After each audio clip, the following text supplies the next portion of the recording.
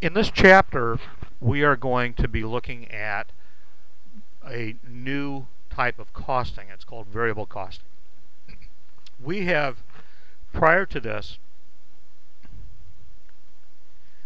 been using absorption costing. Absorption costing is what we learned from the get-go, where we would take and record in each one of our products the product costs, which we knew were composed of actually 4 components, but we talked about 3.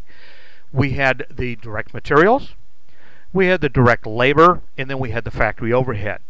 And so we would accumulate those costs as part of our product. That's absorption costing. It absorbs all the costs of manufacturing within that product. And of course, as it's manufactured, it moves up onto the balance sheet as work in process and then finished goods. When we sell it, it goes down to cost of goods sold.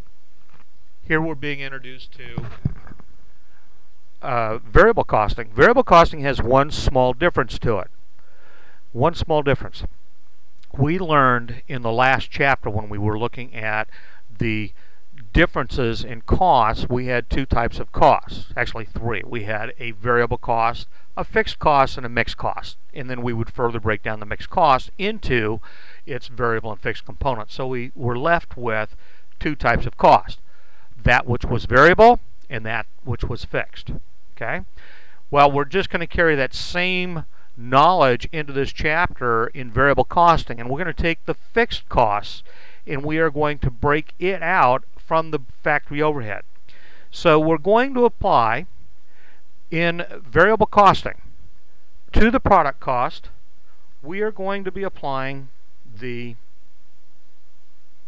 let me see if I can get this to work.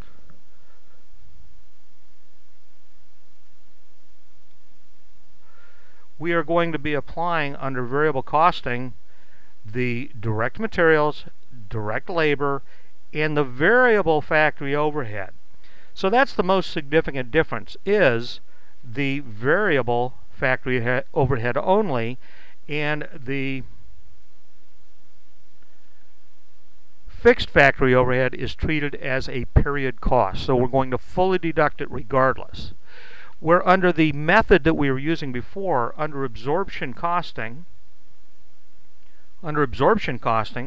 we included all 4 costs. We had our direct materials, our direct labor, our variable factory overhead, and we also took the